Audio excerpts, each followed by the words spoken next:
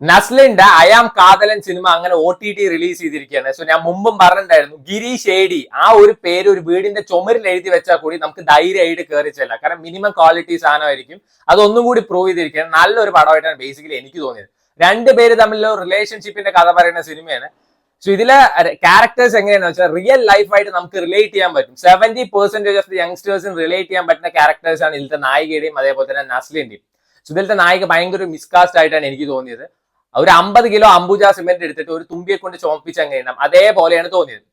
ആ ഒരു ക്യാരക്ടർ നമ്മുടെ കോളേജ് ലൈഫിലൊക്കെ നമ്മൾ കണ്ടിട്ടുണ്ടാവും. നിന്റെ റിലീജിയൻ കുഴപ്പമില്ല, നിന്റെ കയ്യിലത്തെ പൈസ കുഴപ്പമില്ല, സപ്ലി കുഴപ്പമില്ല എന്നൊക്കെ പറഞ്ഞിട്ട് പോയിട്ട് പ്രേമിക്കും. അവസാനം കോഴ്സ് കഴിയുന്ന സമയത്ത് അവൻ വേറൊരു ടൈപ്പാണ്, എന്റെ അപ്പൻ സമ്മതിക്കില്ല, അപ്പന് ഹാർട്ട് അറ്റാക്ക് ഉണ്ടാവും, അവന് സപ്ലി ഉണ്ട്, അതേപോലെ തന്നെ അവന്റെ പൈസ ഇല്ല എന്നൊക്കെ പറഞ്ഞിട്ട് ഒഴിവാക്കി പോണ കുറെ അലവലാദികളില്ല. അങ്ങനത്തെ ഒരു ക്യാരക്ടറാണ് ഈ സിനിമയിലും.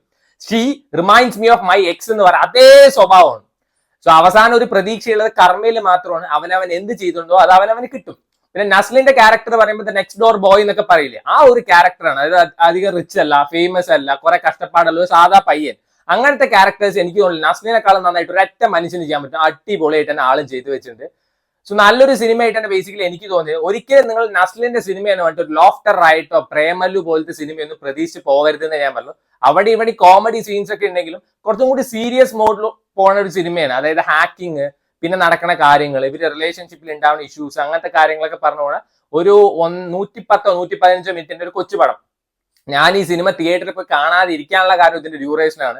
110 മിനിറ്റിന്റെ പടം 200 രൂപ കൊടുത്ത് കൊണ്ടേ കാണണമെന്ന് ആലോചിച്ചു, വേണ്ട വെച്ചു. പക്ഷെ ഇപ്പൊ റിഗ്രറ്റ് തോന്നുന്നുണ്ട്. നല്ലൊരു സിനിമയാണ്, തിയേറ്ററിൽ കാണായിരുന്നു തോന്നുന്നുണ്ടായിരുന്നു. മനോരമ മാക്സിലാണ് ഈ പടം അവൈലബിൾ ആയിട്ടുള്ളത്. സോ നിങ്ങൾക്ക് സമയം ഉണ്ടെങ്കിൽ എന്തായാലും കണ്ടു നോക്കുക.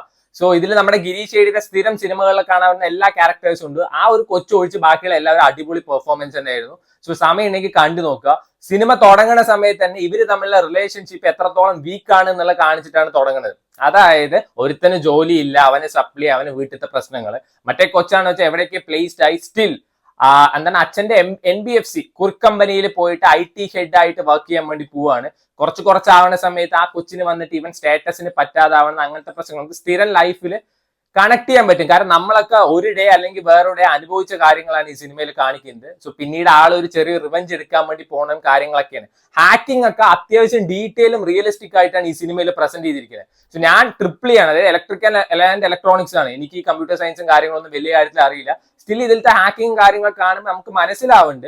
സോ ഈ സിനിമ ഹിറ്റാവാതിരിക്കാനുള്ള ഒരു കാരണം എനിക്ക് അത് തന്നെയാണ് തോന്നുന്നു. കാരണം പല ആൾക്കാർക്കും ഇതായിട്ട് കണക്ട് ചെയ്യാൻ വേണ്ടി പറ്റില്ല. കാരണം ഈ ഹാക്കിംഗ് കാര്യങ്ങളൊക്കെ നമ്മള് മറ്റേ ഫൈറ്റർ സിനിമ ഇറങ്ങിയ സമയത്ത് പറഞ്ഞിട്ടുണ്ടായിരുന്നല്ലോ അതിന്റെ ഡയറക്ടർ, പലരും ഫ്ലൈറ്റിൽ പോയിട്ടില്ല, അതുകൊണ്ടാണ് ഈ പടം പൊട്ടിയിരുന്നത്. ഇനി അതേപോലെ തന്നെ ആയിരിക്കും.